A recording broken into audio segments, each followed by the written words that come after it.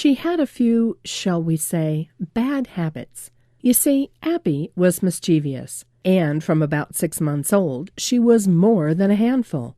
This was not exactly what Holly had in mind once the kids were all out of the house. She never once thought getting a dog would be more work than having a toddler. In fact, Holly thought being an empty nester was going to be a joy, since she had a dog to keep her company.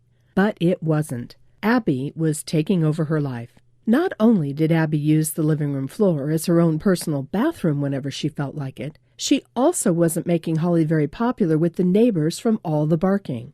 Not to mention Holly's husband was fed up with Abby. He complained like crazy when Abby had chewed up his favorite slippers, and at least once a week he had stepped in a doggy pile. Abby even growled and barked at his golf buddies when they came by the house. Soon he made Holly an ultimatum. Get that dog trained, or someone has to go. Either Abby or me. Despite the fact that Abby was making her life miserable at times, Holly could not bear the thought of losing Abby. She was lonely at home, and Abby was a loving companion. There had to be something she could do to turn Abby into the faithful, obedient Rottweiler she had pictured when she brought her home.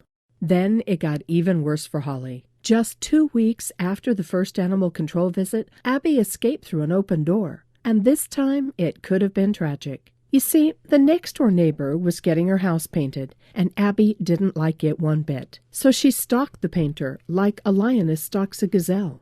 The painter tried to shoo her away, but Abby lunged and bit him right in the hand, just as Holly arrived with a leash. The painter was angry, furious in fact. Despite Holly begging for forgiveness, the painter grabbed his cell phone and called animal control. "You've really done it this time, Abby," Holly said to her proud Rottie as she brought her inside. An hour later, animal control arrived. The officer looked at Holly and shook his head. He was all set to take Abby in for quarantine. Holly begged the animal control officer, the same one that was there 2 weeks earlier. She asked if there was anything she could do to keep Abby out of doggy jail. But the animal control officer was concerned. 2 calls in 2 weeks. "Look," said the officer, "your Rottweiler barks. She's aggressive. And excuse me for saying, but from the smell of your house, I'd say she's not housebroken. Have you ever tried to train her?"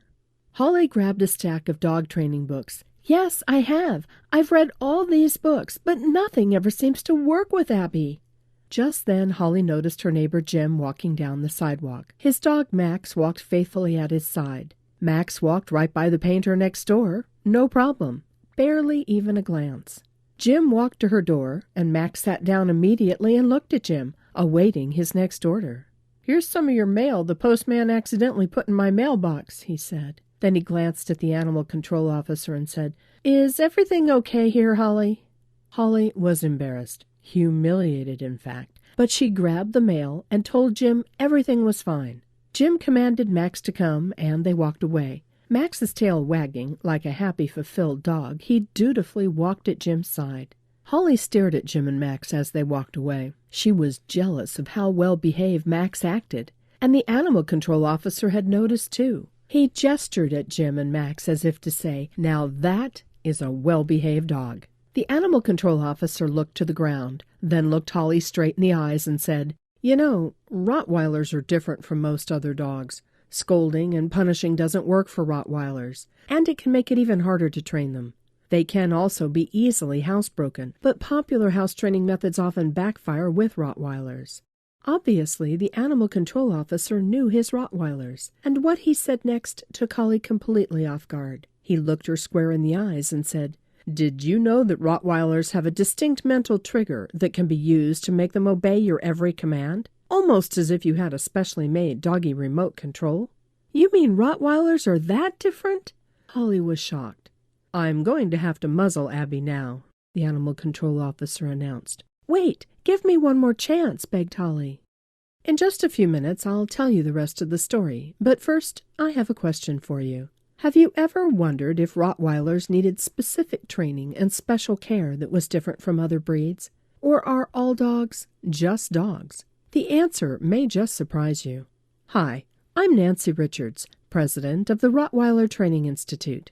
If you watch this entire video, which I promise won't be online for long, I'll do more than just tell you the end of the story.